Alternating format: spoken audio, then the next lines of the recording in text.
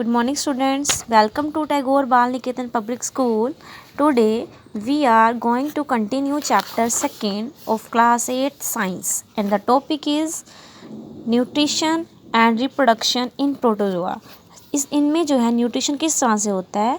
जो प्रोटोजोआ होते हैं हेटरोट्रोफिक हैं, मीन्स दूसरों पे डिपेंड करते हैं खाने के लिए। ठीक है, एनिमल्स कितना होलोजोइक होते हैं, मतलब बॉडी को जो है कॉम्प्लेक्स फॉर्म में फूड लेते हैं और उसे सिंगल फॉर्म में तोड़ते हैं। रिप्रोडक्शन कैसे होती है इनमें, ए सेक्सुअली होती है। एक सेक्सुअल के लिए मेथड है बाइनरी या मल्टीपल फिजन, मतलब जो इनकी बॉडी है वो दो या दो से ज़्यादा पार्ट्स में डिवाइड हो जाएगी, या इनकी बॉडी बड निकाल लेंगे या स्पोर्स निकाल लेंगे। ठीक है, सेक्सुअल मेथड भी अपनाते हैं ये, और उस मेथड को कॉन्जुगेशन बोलते हैं। ये काफ़ी डिजीज़ पैदा करते हैं एनिमल्स में भी, ह्यूमन बींग्स में भी। ठीक है, नेक्स्ट इज़ फंगी। अब फंगी कौन होती है, वो नॉन ग्रीन प्लांट होती है। कहाँ रहती है, वार्म प्लेसेस पे रहती है, और न्यूट्रिशन कहाँ से लेती है, डेड ऑर्गेनिक मैटर से लेती है। कुछ फंगी यूनिसेलर भी हैं, सिंगल सेल भी होती हैं, जैसे कि यीस्ट है, और कुछ मल्टी सेलर काफ़ी सेल से मिलके बनी है, मशरूम्स हैं, और इनकी बॉडी में थ्रेड लाइक स्ट्रक्चर होते हैं, उनको बोलते हैं हाइफे। और बहुत सारे हाइफे जब होते हैं तो उनको बोलते हैं माइसीलियम।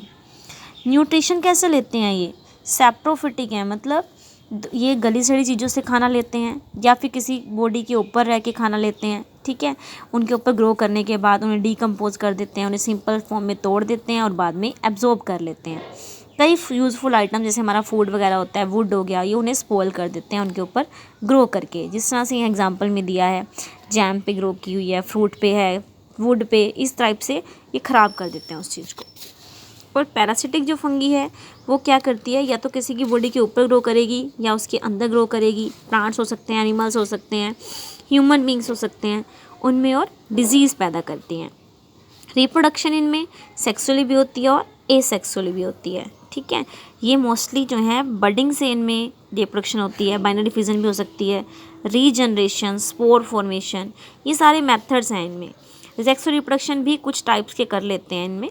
ठीक है, आप ये एक्टिविटी है आपके पास ब्रेड मोल्ड। अगर आप एक ब्रेड लोगे और उसे कुछ दिन तक आप उसे एक पॉलीथीन में रखना, आप देखोगे कुछ टाइम के बाद उसमें फंगी ग्रो कर जाएगी। ये एक्टिविटी आपको घर पे करनी है, और फिर आप देखना जो उसके वाइट कलर का जो उसके ऊपर पाउडर सा सब्सटेंस पैदा हो जाएगा ना, वो क्या होगा, वो फंगी होती है। ठीक है, ब्रेड मोल्ड बोल देते हैं इसे हम।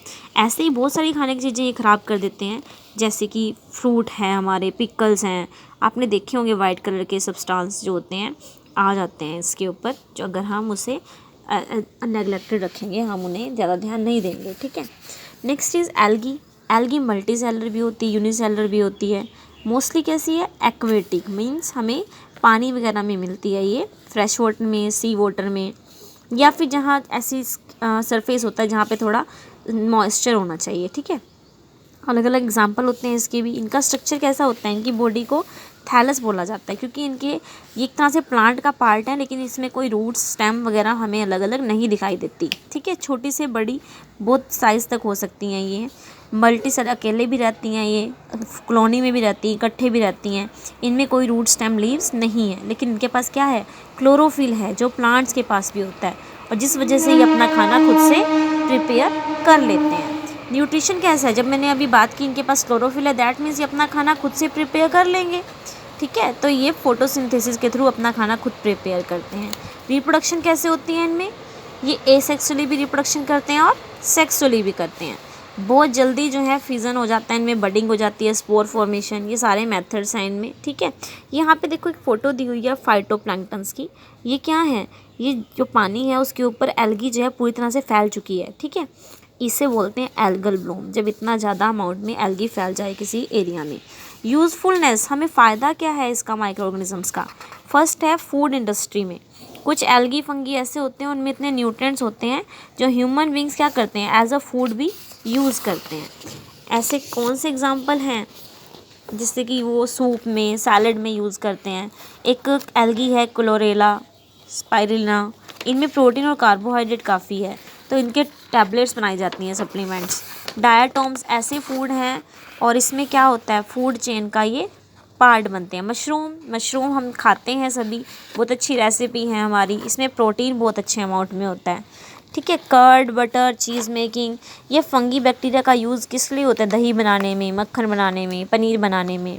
ये क्योंकि क्या करते हैं, हमारे दूध को दही में बदलने में हेल्प करते हैं। ठीक है, तो ये हमारे लिए सारे क्या हुए, फ़ायदेमंद हुए। कौन सा बैक्टीरिया हेल्प करता है कर्ड बनाने में? उसका नाम है लैक्टिक एसिड बैक्टीरिया या फिर लैक्टोबैसिलस। ठीक है, ये क्या करता है, ये लैक्टोज जो मिल्क के अंदर प्रेजेंट है उसे चेंज कर देता है लैक्टिक एसिड में। इस वजह से जो हमारा दूध है वो कैसा हो जाता है, खट्टा हो जाता है और वो दही बन जाता है। ठीक है, हाई टेम्परेचर पे क्या हो जाता है, ये बैक्टीरिया मर जाते हैं और टेम्परेचर जो होता है वो क्या हो जाता है, इनएक्टिव हो जाता है।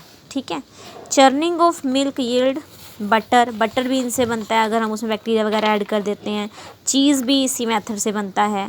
ब्रूइंग इंडस्ट्रीज़, जो भी ये ब्रूअर मतलब अल्कोहल वगैरह जहाँ बनता है, जिनमें बेवरेजेस बनते हैं, ये इंडस्ट्रीज़ में भी क्या यूज़ होते हैं, यीस्ट यूज़ होते हैं, यही माइक्रोब्स यूज़ होते हैं।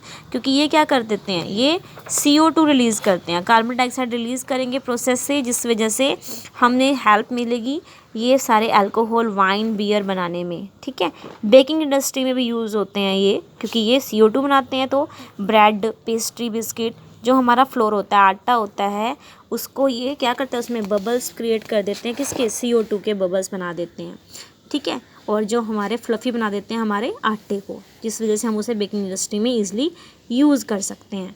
और 180 डिग्री सेल्सियस पे जो होता है माइक्रोब्स जो होते हैं वो मर जाते हैं, जिस वजह से क्या होता है, जो CO2 होती है वो निकल जाती है डिश में से, स्पंजी बन जाती है और अल्कोहल कुछ स्पेशल कंपाउंड बना देते हैं। कुछ और भी जो फूड इंडस्ट्रीज़ में बेवरेजेस यूज़ होते हैं जो पीने में हेल्प करते हैं, जैसे कोई भी टी लीव्स वगैरह हैं उन्हें पकाने में, कॉफ़ी बीन्स हैं उनको फ्लेवर देने में, अरोमा देने में हम बैक्टीरिया का यूज़ करते हैं। ये मसल्स फाइबर जो होते हैं मीट वगैरह के, उनमें ऐड करने से उन्हें सॉफ्ट बना देता है, ईज़िली जो है ईटेबल बना देता है, और इस प्रोसेस को बोलते हैं टेंडराइजेशन ऑफ मीट।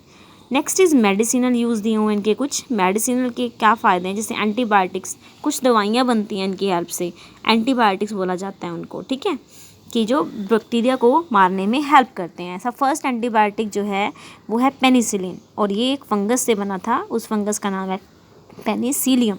किसने बनाया था इसे, अलेक्जेंडर फ्लेमिंग, ये पहला साइंटिस्ट था जिसने इसको बनाया था।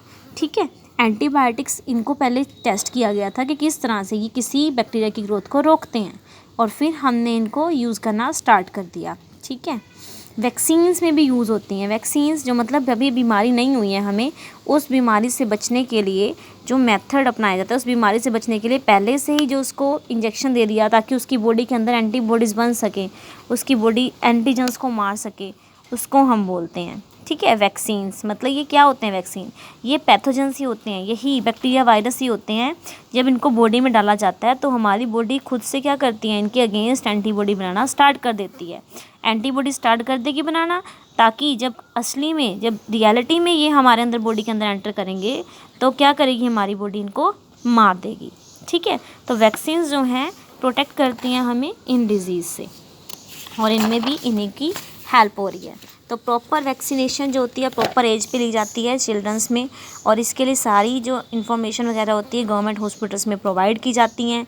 जैसे एक पल्स पोलियो प्रोग्राम चला था स्पेशली पोलियो के लिए, और आज जो है हमारा इंडिया पोलियो फ्री है, क्योंकि ये अंडर 5 ईयर्स ऑफ एज जितने भी चिल्ड्रन होते हैं उन्हें जो है प्रॉपर अमाउंट में वैक्सीन दी जाती है पोलियो की। ठीक है, तो ये सब जो है हमें फ़ायदा मिला इस चीज़ से। तो क्लास जो आज हम यहीं तक रखते हैं टॉपिक, कल हम एग्रीकल्चर यूजेस इसके डिटेल में एक्सप्लेन करेंगे। होप सो आपको यहाँ तक अच्छे से समझ आया होगा। आप अपनी बुक से अच्छे से रिवाइज़ करना। Okay students, thank you, have a nice day.